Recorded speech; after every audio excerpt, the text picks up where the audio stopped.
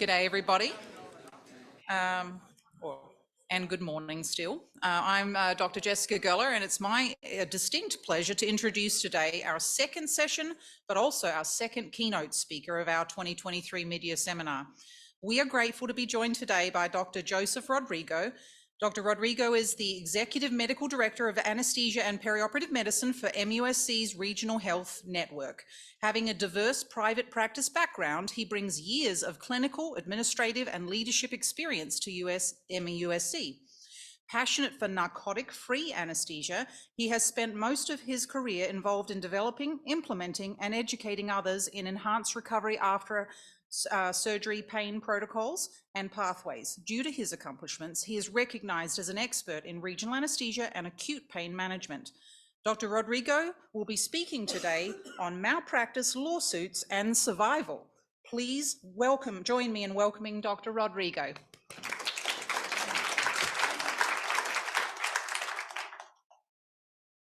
Thank you. It's good to be back. It's been a while since I've given a lecture. Some familiar faces, a lot of new faces too. So we will go through this fairly quickly. Some of you guys have, lots of questions at the end, maybe, hopefully, or if something pops up in the middle, I don't mind getting interrupted.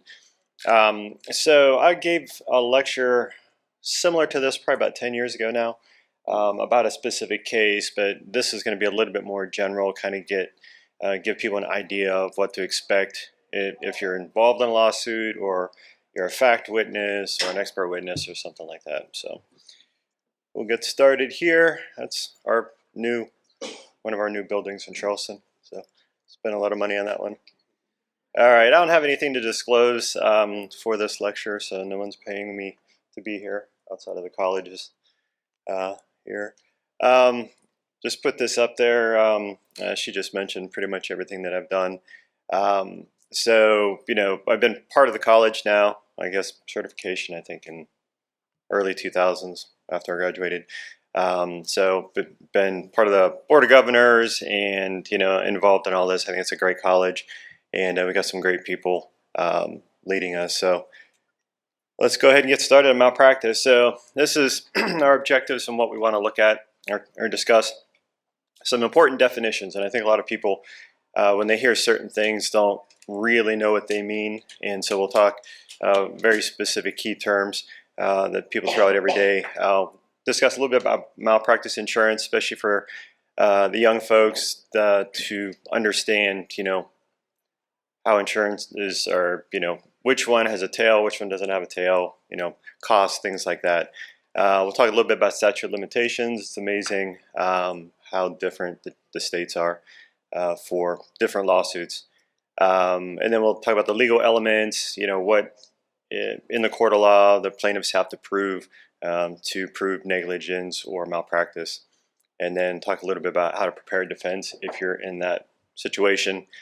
And then if we've got some time, I'll give you guys a few case examples of a few things I've seen over the years. And all right, so definition, so standard of care. I think a lot of people throw this term around, they really don't understand what it is. So standard of care is, in simple terms, and I'll let you read the legal term out there, but simple term is, what someone else that's exactly trained like you or similarly trained would do in the same exact situation. So, if someone codes, we go through ACLS protocol. We expect everyone to kind of follow that. That's a standard in kind of a global sense, but a standard of care can also be a policy that's developed locally. So, depending on, what type of practice you have, you may have certain policies at that local facility. But as long as you're following that policy, that is your standard of care. And so a lot of times in lawsuits, not a lot of times, in lawsuits, to prove someone is either caused negligence or malpractice, you have to prove a deviation of standard of care. But again, there's no global definition that we can blanket across, every type of practice, every state. So it's going to be more of a local standard. And then so when we get into expert witness work, as the expert witness, we have to determine, did they deviate from standard of care?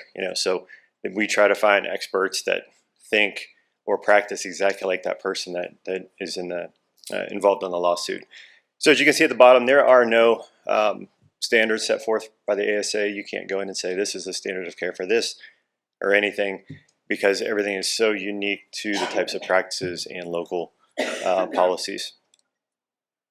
So the gold standard, again, this is thrown around a lot. I think, there's certain things we consider gold standard for different types of procedures. We've got gold standard equipment now. One of the unique things is, with my background in acute pain and regional anesthesia, my gold standard, at least what I think of a gold standard to put a nerve block, is ultrasound. I didn't train with ultrasound. A lot of us old people did, just nerve stimulator or even, just using anatomy landmarks. And so, but, to say ultrasound is a gold standard, I can say it from my practice, but I don't think you can blanket that across the United States or even the world, because there's still a lot of practices out there that use other techniques. So gold standard, again, is probably a little bit more determined by, how you practice, where you practice, those types of things. And there's a few big gold standards that we'll see. A lot of it has to do, like I said, more with equipment, imaging, radiology type stuff. You get a lot of those types of gold standards. But, in an individual practice, there's a lot of different definitions. So diving into the malpractice definition, so negligence. So it's always important to understand the difference between negligence and malpractice. I would say almost all medical lawsuits are negligence, where basically something happens and the plaintiffs are going to try to prove that you deviated from standard of care. That's something where you did everything right, or you think you did everything right, and then something bad happens and a lawsuit is brought against you. So that's negligence. Malpractice is actually a calculated decision where you know what's right and you make an actual decision that's opposite of that causes harm. So even though we call it malpractice insurance, most of what we see or deal with from a legal standpoint is negligence.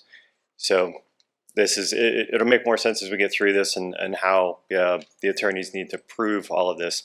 But think about the times that we've taken care of patients, and I was just talking with Ray a little bit ago, where put a patient to sleep or something happens, completely unexpected something bad. Things happen. And, you can do everything right and there might be a bad outcome. And you could have prepared for everything correctly, it might be a bad outcome. And you might get sued. So that's the negligence part. You didn't do anything purposely to harm them, but something happened. So we go through the process of looking at everything.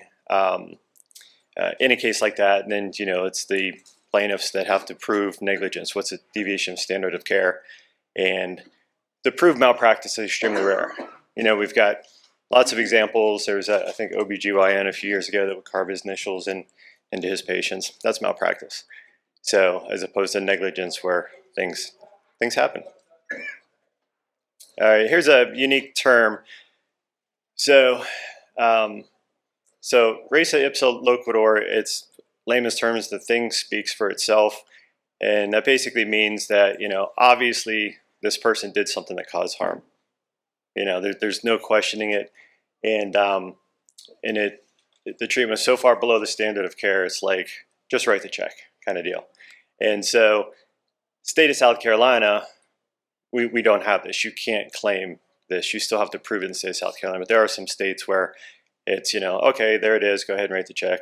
And but it's a big term. You'll hear this a lot in malpractice defense work, or being in a lawsuit, depending on where you live. But it's really extremely rare. So one of the lawsuits that I was involved in as an expert, they tried to claim this, that it was obvious, it was a nerve block that caused this injury. Well, we don't have this law in the state of South Carolina, so you can't say that that's definitively it. You can't just make that correlation.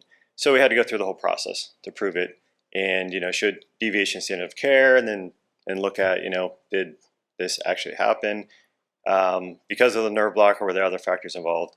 But a lot of states, if they can show this right here, case is over. All right, types of malpractice insurance, and I think that most of us probably have heard these terms or understand these, but talk about three different types. We've got claims made. So claims made is probably the most common out there. Excuse me. So this is the type of policy that you have to have that policy in place when the claim for the lawsuit happens. And this is the one where you need a tail. So if you're working in a state that has a 3-year statute of limitations and a case is filed within that 3 years, you have to have that exact policy in place. If you leave within that statute of limitations, that's where the tail comes in. So that tail keeps that policy in place till the statute of limitations runs out. So that way, if the lawsuit is filed, then the insurance is in place. So claims made. So it has to be, the policy has to be active at the time of the claim when it's made. So then there's occurrence. Occurrence is the policy was in place at the time of the suspected injury or the claimed injury. Even if you stop with that insurance company, switch insurance companies, switch policies, move, retire, or whatever, this will cover that claim of an injury through the statute of limitations without a tail. So this is based on if the policy was in place at the date of the suspected injury. So instead of when they actually filed a lawsuit, which is in statute of limitations. So that's the claims made versus occurrence. So at the bottom, and if I back up here real quick, so less expensive initially, which is true for claims made versus occurrence. So claims made policies are cheaper. That's why a lot of companies that you work for, locums companies, employers, they like claims made because it's really cheap up front, but then they have to pay all that money in the back end for your tail. So occurrence, you're basically paying for your tail up front in a sense. So it's much more expensive. So claims made policy for, anesthesiologist that has a perfect record could be, I don't know, $8,000 a year.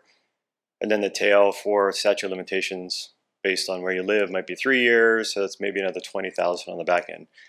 The occurrence policy might be $15,000 a year up front, but you never have to worry about the tail on the back end. So you're basically pre-buying a tail with an occurrence policy.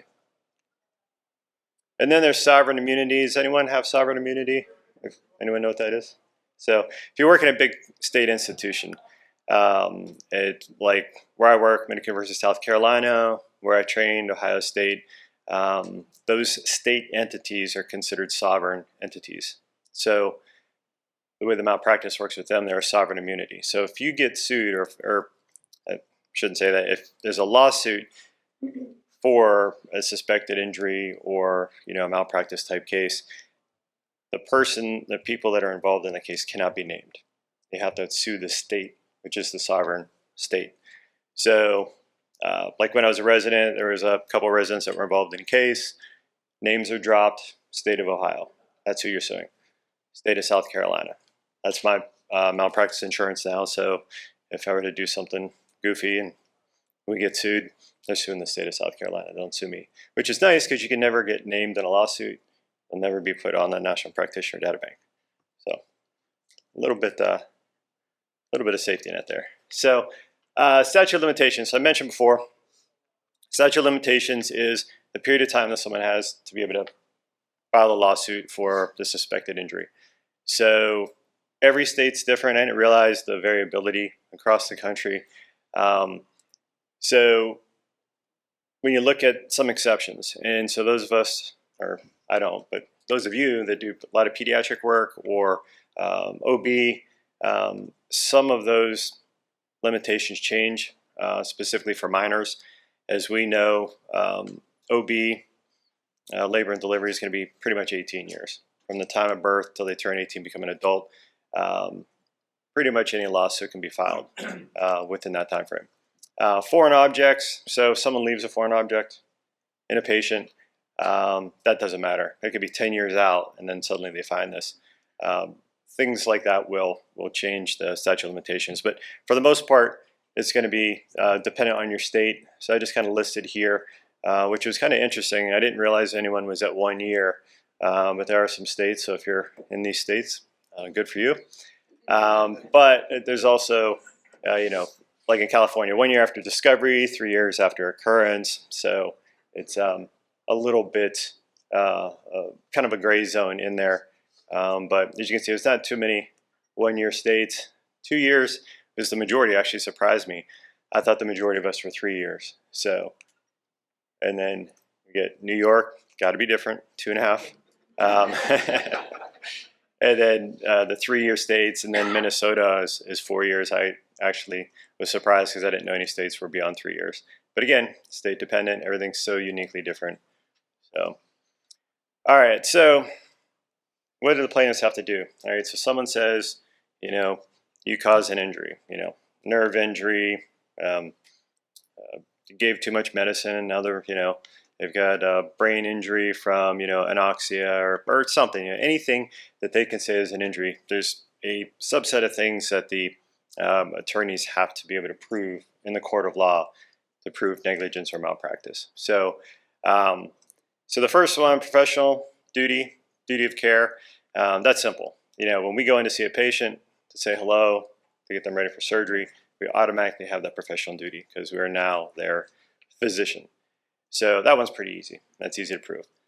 Breach of duty. So deviation standard of care. This is the hardest part, and this is where we get into the expert witnesses and everyone kind of battles back and forth. So you look at the case, you try to evaluate what was done, what wasn't done, and you look at it from the perspective, did they deviate from the standard of care? Did they deviate from what I would do in a case?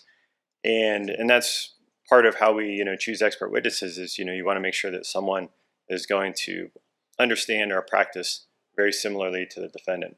And so hardest part of the whole case for them is to prove deviation of standard of care. Now you can find an expert witness that will always say no they didn't, and you'll always find expert witness that says yes they did. And again, it's a lot of it is just so subjective based on the person, based on where they practice, the type of practices. And for example, nerve injury lawsuit, and I think some of you guys probably remember this when I talked about it 10 years ago. The expert witness for the plaintiff was an anesthesiologist that practiced pain management, didn't do any OR cases at all, had never done an ultrasound-guided nerve block in his career, and he was deemed an expert witness because he's an anesthesiologist. He's placed a nerve block at some time in his career. So, you qualify these experts, and so, they're going to say whatever they want to say. We're trying to find someone on the defense side that's going to practice, that's going to really understand what the standard of care is, and practice is identical to the way you are. Now, if you do a procedure completely different than me, I might not be the best expert witness because I might not understand how you do it. I've never seen you do it. I've never seen that technique, but it might not be wrong, just might not be what I do. And so, but I thought it was really interesting in that case where the judge said, oh yeah, he can be an expert witness because he has to determine and allow these people to be expert witnesses in court. And it was just kind of interesting how you can let someone be an expert witness for a procedure they've never done. So hardest thing is to prove deviation standard of care. Causation, which is the injury, you have to kind of link the deviation standard of care. Did that deviation cause an actual injury? What is an injury? It could be physical injury, mental injury, whatever. I'm involved in a case right now where somebody had a bleed. It was a ENT bleed, and after the case, he had lost some blood, and then he's trying to claim that his memory isn't there, and he's trying to say that the injury is his memory, and loss of wages because he can't work and things like that, but you can't really prove it.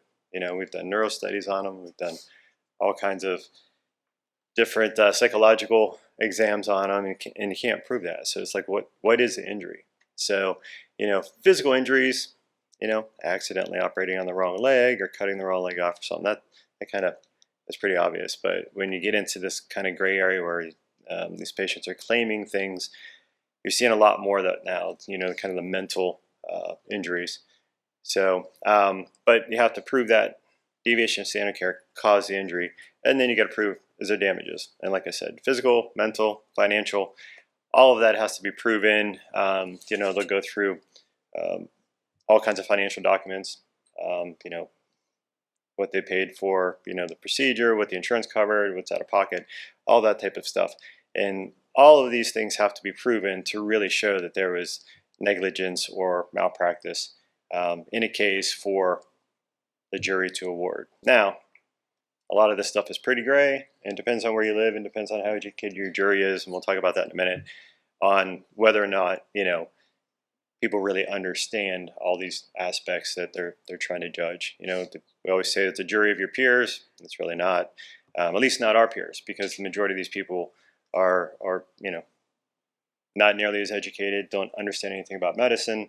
So, luckily in South Carolina, our juries are fairly friendly because they really love physicians and they trust us.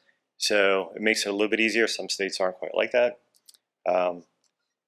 So it's jury of peers is never there. So preparing for a defense. All right, so something happens and lawsuits filed. You get a notice, worst day of your life. This is terrible. What do we do now? So depending on the insurance company you have and type of insurance, a lot of insurance companies will choose your attorney for you. If you can, always request to choose your own attorney. Do your research, ask around, look at different local attorneys, or even attorneys that aren't local, as long as they're based in the state and practice there. Real important to have a good relationship with your attorney. And most defense attorneys are great. It's because they're on our side. They like us. They understand it. But it's important to have a very cohesive relationship with your attorney and the whole team, actually. And so you're going to spend a lot of time with these people. So you're going to want to make sure that you like them.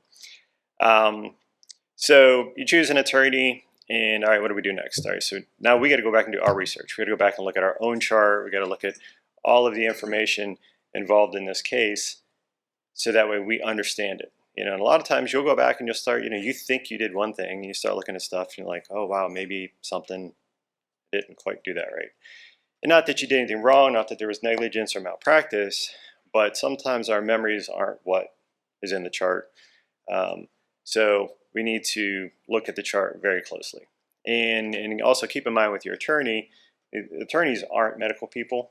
And so a lot of the times when you're going through the chart, you're going to go through it with them and you're going to teach them, and they're going to be looking up, medical terms and different types of things to understand what we're doing. So, being able to have, like I said, have that good relationship, so your attorney is going to learn from you, and you're going to set the stage where, all right, you're in the operating room or wherever you were at this specific time, and you have to set the stage for them so that way they get a visual of what happened as well. And because they're going to have to recreate it in the courtroom. And so you're going to become an educator at some point.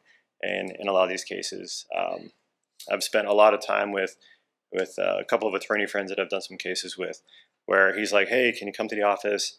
Let's just go through, medical terms. I need to understand this. I need to understand the anatomy, the physiology, things like that. So, you're going to want to know everything about your chart, but then also be prepared to teach your team some of the things that they don't understand or might not know. Know your standard of care. So again, going back to our standard of care, your local standard of care may be completely different. Policies are a big deal, written policies at your facility. If you've got a policy that says this is how we handle something, and you stuck to that policy, no matter if it's something I would never do, then you have followed your standard of care, and you can prove that. So having really good policies and being able to follow these policies is key in defense work, to show, hey, this is how we've always done this. We set this up. It's evidence-based. This is what we followed. You can prove it. And it makes it really hard for them to prove that you deviated from standard of care because you followed what you've put down on paper. Obviously, you don't want to talk about the case as you're going along, and you don't want to get too many people talking about it, or miscellaneous information out there. So you got to kind of keep this stuff really tight to the vest. And so that way there's no outside influence. People always give an opinion. You start talking about something like that, or then next thing you know, your neighbors are talking about, oh, did you hear Dr. So-and-so? He killed a patient or something like that. And then some of these people may end up being jurors. So you got to be very cautious. Choosing expert witnesses. So one of the things as a defendant that you are involved in, you should be involved in, is choosing expert witnesses. So what we would do when we're helping out cases, if I'm an expert witness or a fact witness or whatever, the attorneys will come up with a list of people. If there's somebody that that you trust that is an expert witness, that's great because that makes things a little bit easier. But they're always going to have a list of experts that they trust, that they've worked with before for the most part. But be involved in the process. Ask your friends, say, hey, there's a case, I'm going to look for an expert witness in whatever field. For me, the majority of stuff I do obviously is going to be acute pain management, regional anesthesia type stuff. But, I do a little bit of other things. I mean, we're anesthesiologists, we're experts in anesthesia, we're physicians. We all in this room can be an expert witness. So it's really just, understanding the case and doing it. But there's a lot of people out there that do this for a living that do a great job, both on the defense side, then the plaintiff side. There's a lot of people.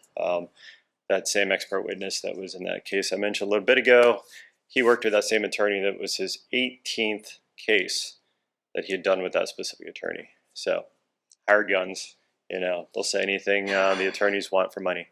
And you can make a lot of money as an expert witness, especially on the plaintiff side. Reading depositions, probably the worst part of the whole deal.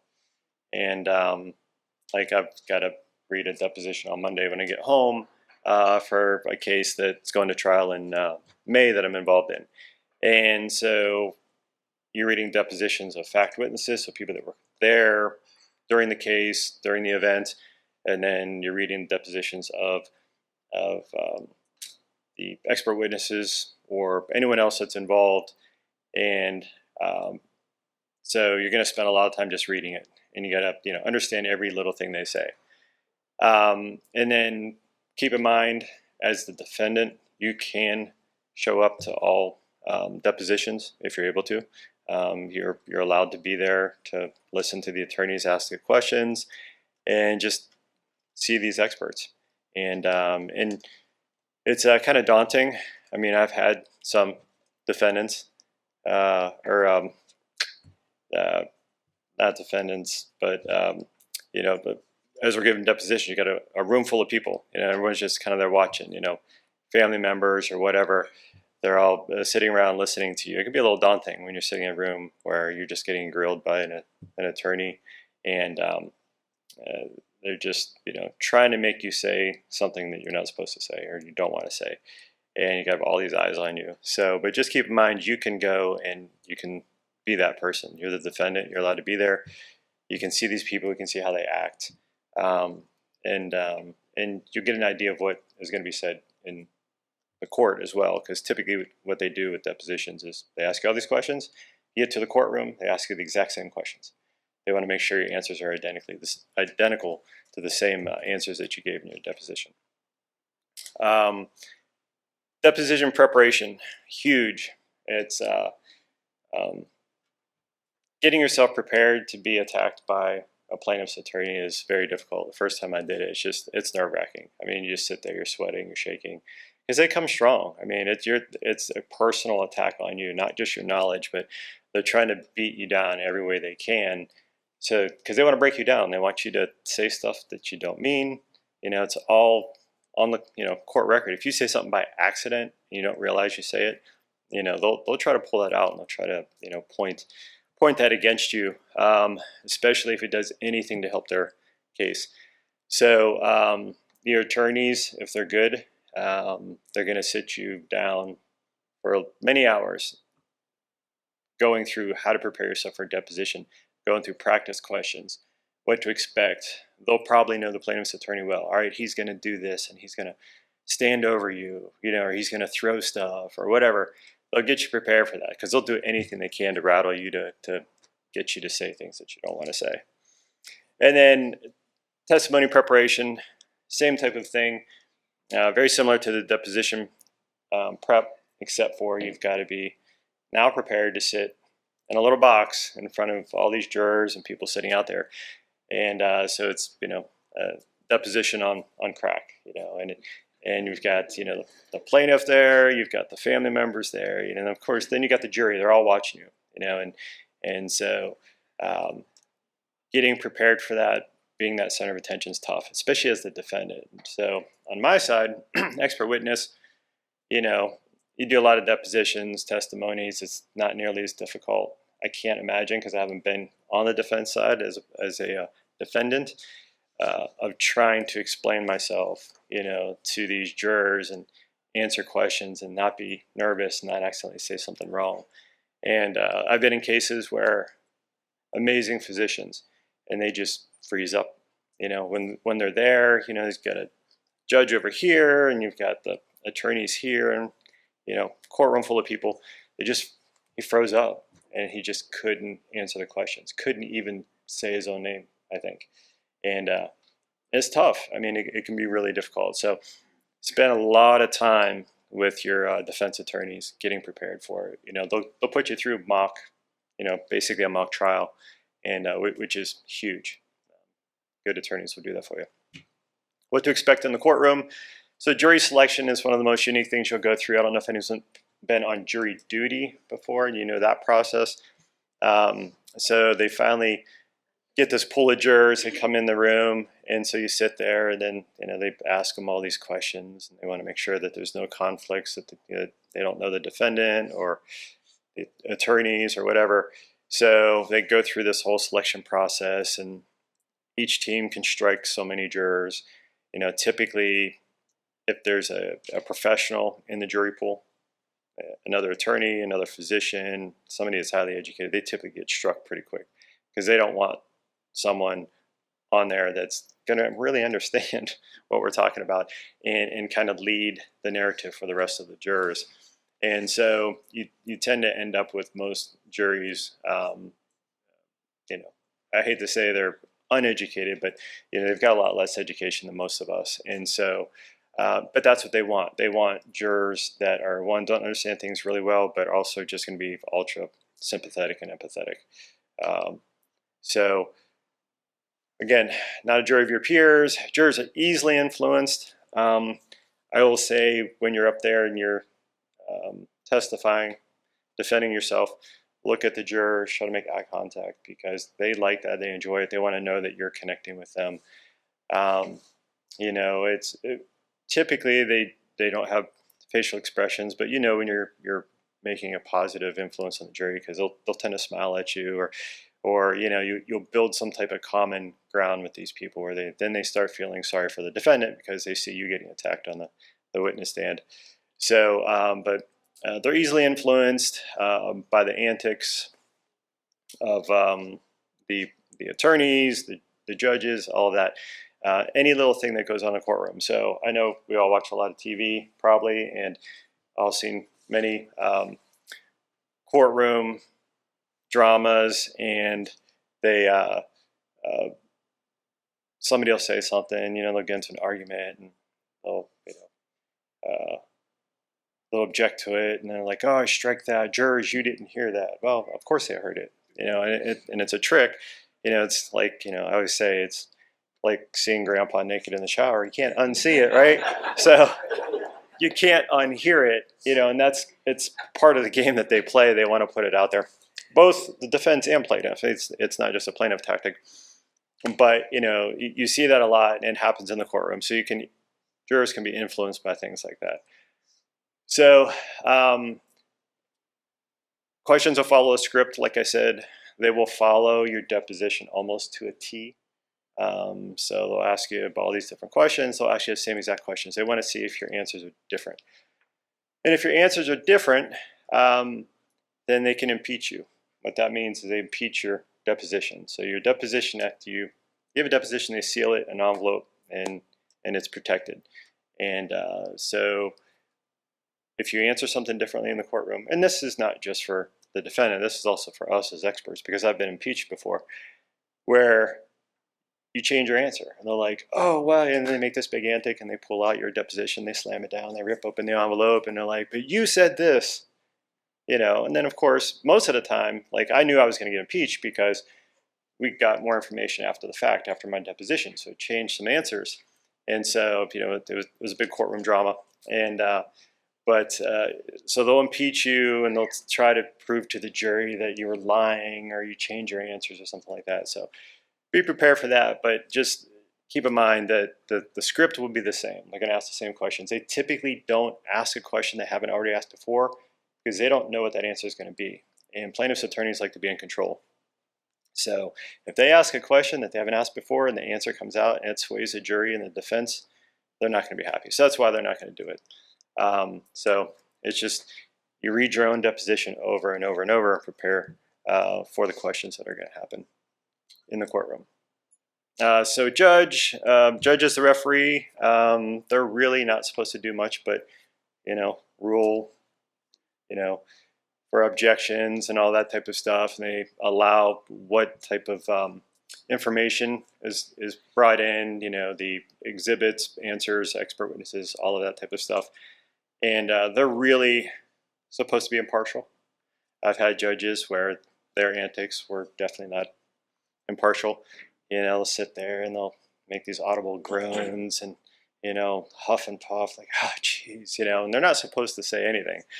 But they do, and they know that it influences the jury. And one of the attorneys that I dealt with was a former plaintiff's attorney. So he sued doctors, and now he was a judge. And so, during the case, he would sit there and he'd prop his feet up on the table, and we would say something, and he'd be like, oh, and then he would spin his chair around, and anything to distract, to get the jury distracted. And so they can definitely influence it as well. And then the bottom that qualifies the expert witness I mentioned before. So expert witness comes in, both plaintiff and defense. There are a subset of questions that they're going to ask the experts, and then the judge qualifies them. He's either going to allow them to be an expert, which means you can give an opinion, as opposed to a fact witness where you just tell a story. So he's going to qualify. And again, it's just going to be based on the judge. Like the guy that he qualified to be an expert for the plaintiff in our nerve block injury cases. Yeah. This guy had no business being there, but he didn't care. He's a plaintiff's attorney at one point, so he's like, yeah, I'll let anyone testify. So expert witness, spent a lot of time on that. Give an opinion is the biggest thing, because as an expert, you can say, well, what is your opinion? What do you think happened?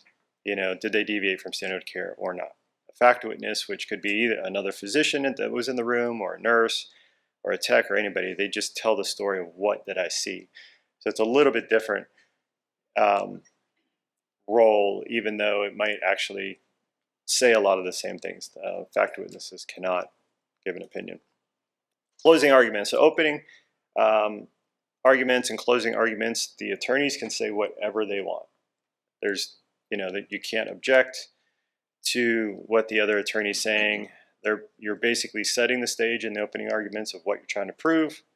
And then closing arguments, you're trying to sway the jury one last time in your direction. So they can say anything. And it's usually pretty theatrical when you see these on TV. It's not too far from the truth. After that, case goes over to the jury with all the instructions from the judge, and then they deliberate. And has anyone been on a jury where you sat in a room and deliberated for days at a time? I've been there too.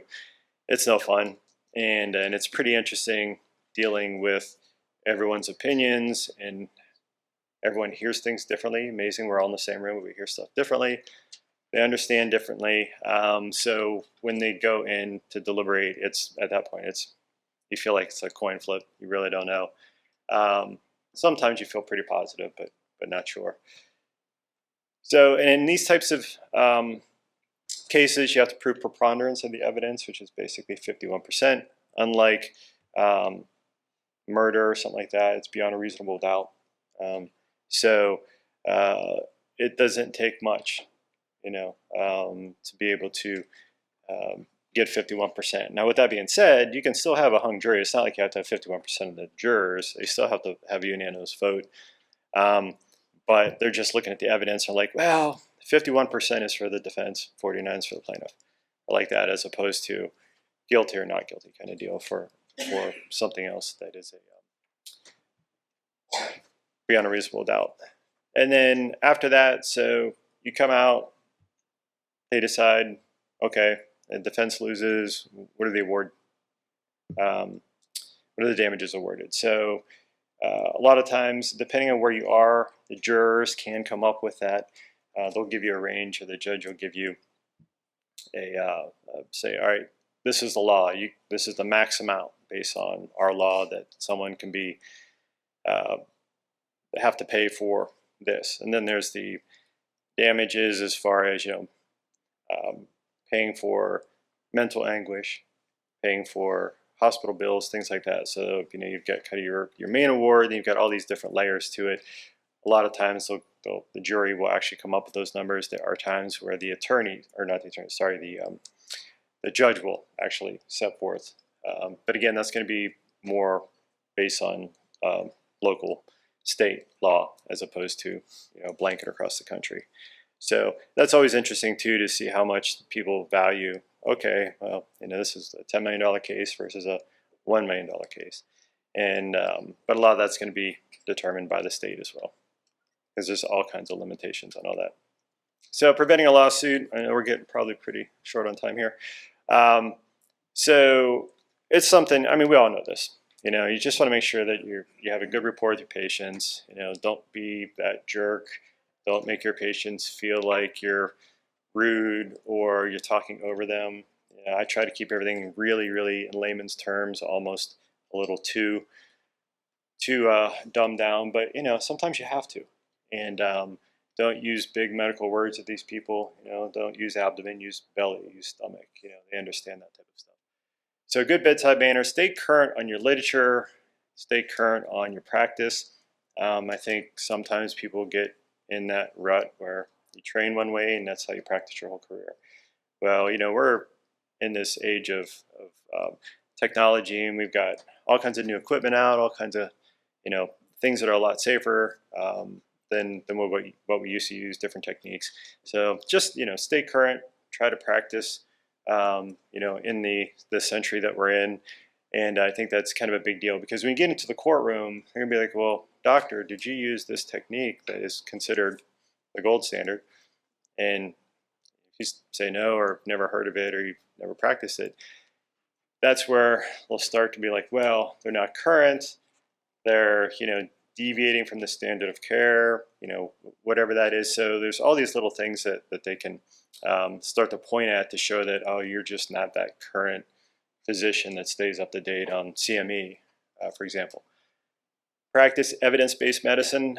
When you do something, you want to do it because there's literature to support it, and it goes a long way in the courtroom, because if you can prove, okay, this is a technique I use, it might not be a technique that is really well known yet, but there's a lot of evidence to support it, or you can pull out scholarly articles, things like that, to develop your policies and procedures and protocols and all that. It's a huge deal. So evidence-based medicine, I think that is one of the things we can do the best to help prevent lawsuits, but also if you do get involved in one, you're able to produce this is why we do certain things, and how we do certain things. And then I was always against cookbook medicine for a long time, but as we go along in our practices and try to do things right and do it the same way every time is a huge deal. So policies, procedures, guidelines, just like with our regional teams, anybody that's on the team, same techniques, same needles, same volumes of medicine, same adjuncts, all that type of stuff. Don't be kind of that rebel that's out all by themselves, because you put yourself on an island, come to a lawsuit, you're going to be on an island. So you want to be able to have people that'll support you, be like, we all do it the same way. This is how we do it. And so those are a big deal. And again, it's great too, because once you get into the courtroom, you can say, all right, here's our policy on this. This is the protocol that we use. This is all paperwork that is there in your facility. and you can pull it out. And that's very valuable stuff. Oh, one last thing too, and I didn't put this in here, I just thought of it. Consents. Consents are great. We like them. Jacob likes them. Doesn't mean anything in the court of law.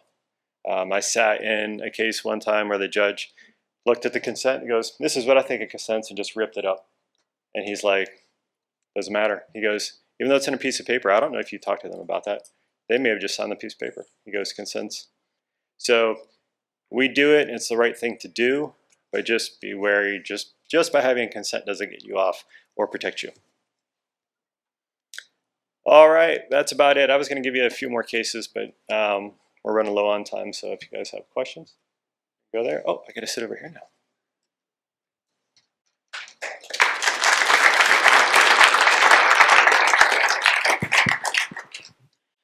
So now we will invite everybody to come up that has a question. Please come to the microphones, as we are also recording this for accessibility for on demand at a later date. And then that way we can re-watch and enjoy again. Thank you, Dr. Rodrigo. Question from the audience. Hi, thanks for a great lecture. I just have 2 comments and a question. One, you brought up the importance of your department's policies and procedures, and I can't agree with you more. If you're named in a lawsuit, one of the first things they're going to do is request those. And if they're outdated and you're not following them, you're totally exposed. And we've seen that happen at my own hospital because the policies and procedures were awfully outdated. So the other thing to bear in mind is if there's more than one person named in a lawsuit, the hospital may have their own lawyer, the pulmonologist might have their own lawyer, you have your own lawyer.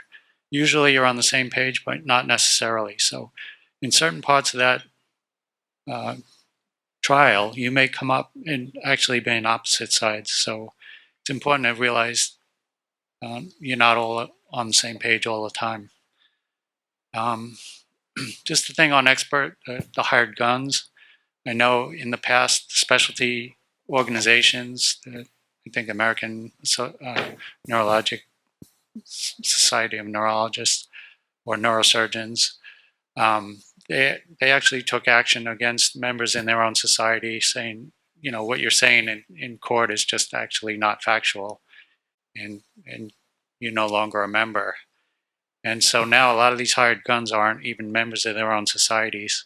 So one of the things I've seen recently was where they're just, with this huge database of past depositions, they're using hired guns' own past depositions. You said this in 1984, and now you're saying this in 1991. So, and it's a way of impeaching the expert witness, I guess. Yeah, I agree. Any of that? Yeah, a lot of times when I'm called upon to be an expert witness, they will ask for all my previous cases, and they will ask for copies of the depositions because they'll go back and look and see if there's inconsistencies in your testimonies or techniques or anything like that, for sure. And a follow-up on the multiple defendants in a lawsuit, completely right. I've seen that before. Hospitals are going to worry about their best interest. They may settle right up front. They may fight. A lot of times, insurance companies, if one settles, they all try to settle. Make sure that, with your policy, you have to say we're going to settle or not let the insurance company settle. Because if they settle on your behalf and you don't know it, you're on the National Practitioner Data Bank. You don't want to be there. You may go to court, you may lose and end up at the same situation, but at least you got your day in court. And so be very cautious of that. I know any policy I've had, that's one of the first things that I requested to be in my policy was I get to choose, if we settle or not, I get to choose my attorney. And you can request that. So, but absolutely right. I've seen, 3 or 4 people involved in a lawsuit, and they all have different insurance companies, and one's settling and one's fighting. And so they're not all on the same page. Thank you so much for this. I think this is something that we don't get educated on in residency, medical school, or anything. It's so important. So my question to you is, how does one become informed of this? Obviously, we get a lecture about this, but for people who become expert witnesses, is there some kind of training you go through, or is this something where one day you just get asked because someone knew you and you start kind of learning as you go? Yeah, probably the latter for the most part. There's really nowhere that I know of to train to be an expert witness. Obviously, we can all be classified as experts in anesthesia or board certified in anesthesiology. So right there gives you enough clout to become an expert witness in anesthesiology. I think that, those of us that do kind of subspecialties, it narrows the field a lot. And so it's really getting your name out there, or you might just get asked one day. So yeah, I'll review a case. And typically being an expert witness, 90% of it's just reviewing cases. You don't do a deposition. You don't go to testify in court. It's not the whole process. I mean, there's plenty of times I'll look at a case and say, I can't do anything for this defendant because this was so far outside the standard of care. Just write the check. And but that's the majority of the work. It's just case reviews. I think that if you start there, somebody asks you to do a case and you just pick up a few more, you get much more comfortable with it. And then your name gets out there, especially if you do a really nice job and you're very thorough in what you do, and you can sit down with the attorneys and explain whatever your decision is, even if it is to say, sorry, we can't do anything, but then you explain to them why. Then they get this trust and they're going to come back to you. And that's really where most experts start, is they develop a good relationship and people trust you because your conclusions or your opinions are so factual based that they know that they could trust you with your opinions in the court. I have several questions. Come up to the microphone. So one of the things that was honed in my training and subsequent is documentation. But there's two sides to documentation. There's under documentation, there's over documentation. And I have examples where both of those didn't work out. What's your recommendation for adequate documentation for an anesthesiologist to not only say if you didn't write it down, it didn't happen, but also if you put too much anecdotal information in there and assumptions that aren't necessarily objective, how that can affect outcomes? Yeah, that's always a great debate because we still see it both ways. I've been in cases where, oh, you didn't write it, it didn't happen, or vice versa. I've seen people get, for lack of a better term, dinged for writing too much, documenting a little bit too much. I think the biggest thing is, especially now with our EMRs, a lot of the stuff's going to be captured, which makes it a little bit easier. The times that the documentation's the biggest key that I see is in emergent situations like ACLS. You're coding a patient, dosages, times. That's more important because it's about how you reacted to whatever went wrong, as opposed to just, oh, during the case, you forgot to document the O2 sat, 10 minutes into the case, and 3 hours later they desatted. That's not that big a deal, but it's going to be, during the part of the case where either the injury happened or the emergency happened, things like that. That type of documentation is key. I've looked at a couple of cases recently that were GI cases, and patients coded, and you go through the documentation of the actual code. There should always be someone, writing down everything that's happening. That's usually the thing that's picked apart the most because they're looking at the times and the dosages. Are you following, ACLS protocol that is current? Or are you using something from 10 years ago? Which medicines are you giving? Looked at one not too long ago where the first line of drug where the patient was in arrest. Somebody just starts pushing a bunch of lidocaine, and we know lidocaine is not first line drug. It didn't harm the patient, but you start looking at that, and then quickly they target, do you really know what you're doing? And so that's more of the documentation that I see picked apart the most is during the event, when the injury occurred, as opposed to overall. But again, yeah, I've seen them say you didn't document enough or you've documented too much. So my question is, in the setting of acute pain, What's your stance on rescue blocks, and specifically in a patient that you haven't discussed this with? Yeah, that's a good question. I'm not a big fan of post-op blocks for that reason if I haven't had the discussion. Now, if I've discussed it with them, that it's a possibility, and discuss it with their family, then I'm okay with it. Less likely, I want to make sure they're pretty awake in the PACU, or if they've had a spinal or something, the spinal's already worn off.